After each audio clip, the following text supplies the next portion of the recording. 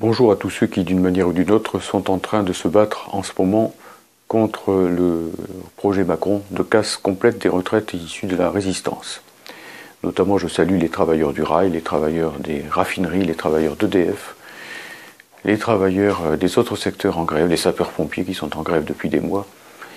Et je les félicite de combattre non seulement pour leurs intérêts spécifiques, mais pour l'ensemble des acquis du monde du travail et pour l'honneur du monde du travail, comme disait déjà la célèbre chanson des Gilets jaunes. De ce bras de fer sera décisif et son issue pèsera non seulement sur la question des retraites, mais sur le rapport des forces ultérieures entre le monde du travail et le monde du capital,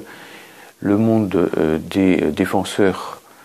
des progrès de 1945 et celui de la construction européenne tout entière tournée vers le profit maximal, vers l'avantage des transnationales. Je voudrais ici dire un certain nombre de choses au nom du pôle de Renaissance communiste en France. La première de ces choses, c'est qu'il n'y a pas le choix entre une version soft et une version hard, pour parler pour une fois un petit peu en globish, de la lutte contre cette contre-réforme. La version douce, ça serait celle de la CFDT qui veut seulement le retrait de l'âge d'équilibre, et la version dure, ça serait celle du mouvement actuel, avec notamment les cheminots CGT, les travailleurs de la RATP, etc., qui voudraient, eux, le retrait total. Il faut bien lutter pour le retrait total, parce que si on regarde les choses de près, le projet Macron tel qu'il a été cadré par le Premier ministre ne laisse aucune place pour une version douce. Qu'est-ce que je veux dire par là? C'est que si on part de l'idée que les dépenses de retraite ne doivent pas excéder 14% du produit intérieur brut, si l'on sait que le nombre de retraités va monter à l'avenir, si l'on sait que par ailleurs il faut toujours que ce régime soit à l'équilibre, eh bien ça veut dire tout bonnement que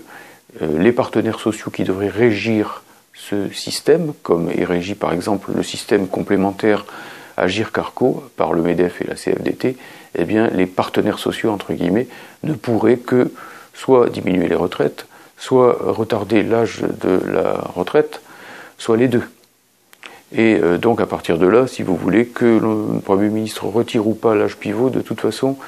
la CFDT et ses amis du MEDEF seraient amenés à le monter subrepticement. Donc il s'agit d'un faux semblant et il faut bien se battre pour le retrait de la totalité de la contre-réforme. Et cela pour une raison qui vient du fait que cette contre-réforme, personne ne le dit, a été dûment cadrée par la Commission européenne au titre des recommandations annuelles qui sont faites gouvernement par gouvernement, pays par pays, par la dite Commission. En 2018, la sommation de la Commission européenne à la France, c'était d'assouplir le marché du travail, mission accomplie avec la casse du statut des cheminots et la deuxième série de lois complétant la loi scélérate El Khomri sur le Code du travail. Pour l'année 2019, c'est la casse des retraites qui est exigée par la Commission européenne avec très clairement en ligne de mire la mise en place d'un régime de retraite unique accepté par la CFDT et aussi, bien sûr, l'idée de l'équilibre avec derrière la volonté, c'est écrit en toutes lettres, de faire des milliards d'euros d'économies. Il s'agit toujours de la même chose, c'est-à-dire faire en sorte que l'euro surnage, que l'arrimage impossible du franc français, de la lire italienne, etc., au marque allemand qui est beaucoup plus haut, continue,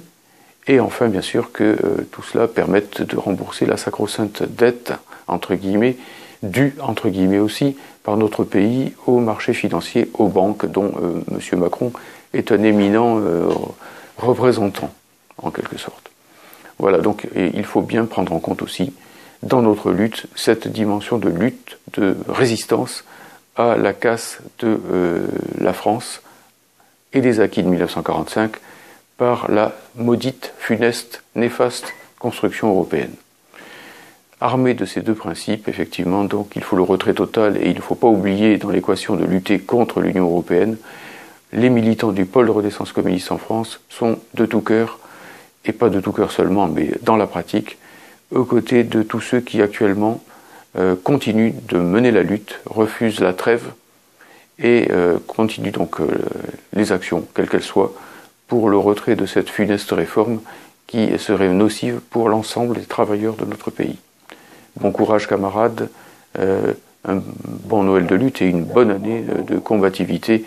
pour résister et surtout pour passer à la contre-offensive. Il y en a bien besoin. Merci.